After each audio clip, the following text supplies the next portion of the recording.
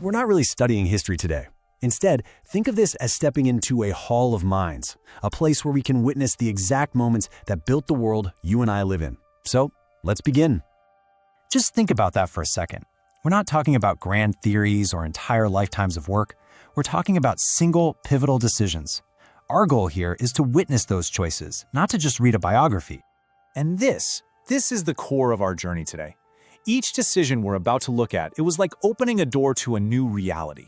And once that door was opened, there was no going back. These were irreversible choices. Our first stop takes us to a world wrestling with a massive question, one that existed long before the famous name we now attach to the answer. You see, it doesn't start with a man, it starts with a problem. Back in the 18th century, this was the debate. Should a government control every little part of its economy, like some kind of master puppeteer pulling all the strings? Or was there another way, maybe a more chaotic way? And this is where the decision comes in. Adam Smith made his choice. He bet on chaos. He gambled that millions of people, all just doing what's best for themselves, wouldn't create anarchy. No, he believed they'd create a prosperous, self-regulating system, all without anyone in charge. The way Smith saw it, it was like a self-powering engine. It's a beautiful cycle, really. Capital pays for labor. That labor gets way more productive when people specialize. That specialization creates a bigger market. And that bigger market demands more production, which, you guessed it, creates new capital. And the whole cycle starts over, but even stronger this time. This quote really shows you the promise behind his decision. See, Smith wasn't just trying to build a system to make the rich richer. He truly believed this engine, this decentralized system, could create a universal opulence that would lift up everyone, even the poorest. It was a totally radical idea that opened the door to the economic world we know today. All right, let's move on. We're leaving the markets of Europe and traveling to the very heart of an empire. Here, a totally different kind of problem was going to need a totally different kind of decision. This is a story about how a new kind of power was invented.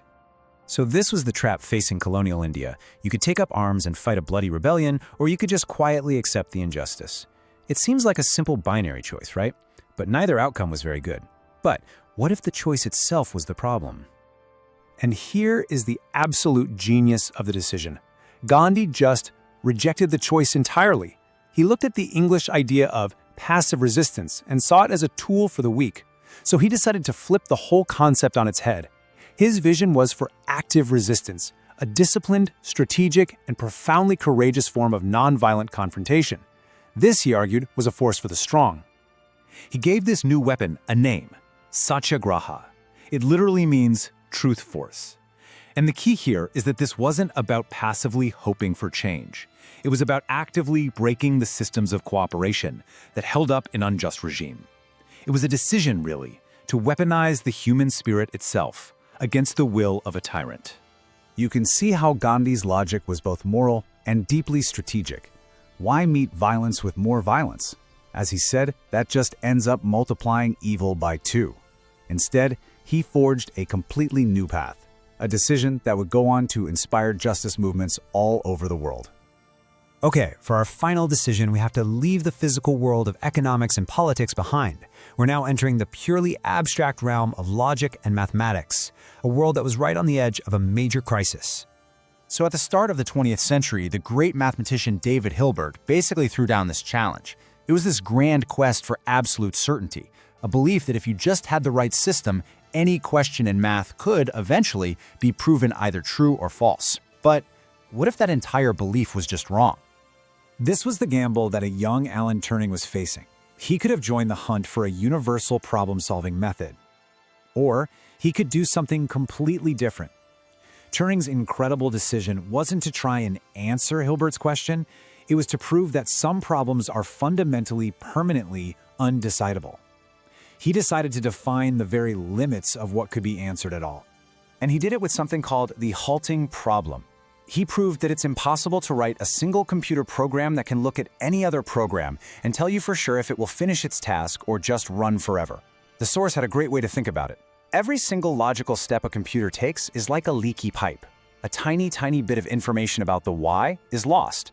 Now multiply that by millions of steps, and that lost information creates an ocean of uncertainty so big that no algorithm can possibly predict the final outcome. So what Turing's decision ultimately proved is that algorithms don't create new information. They can only preserve it, and a lot of the time they actually lose it. He drew a hard line, a boundary on what we can ever know through computation. He was searching for the edge of mathematics, and in doing so, he basically drew the map for our entire digital age. So there we have it, an economist who decided to trust chaos, a revolutionary who weaponized peace, a mathematician who chose to embrace limits.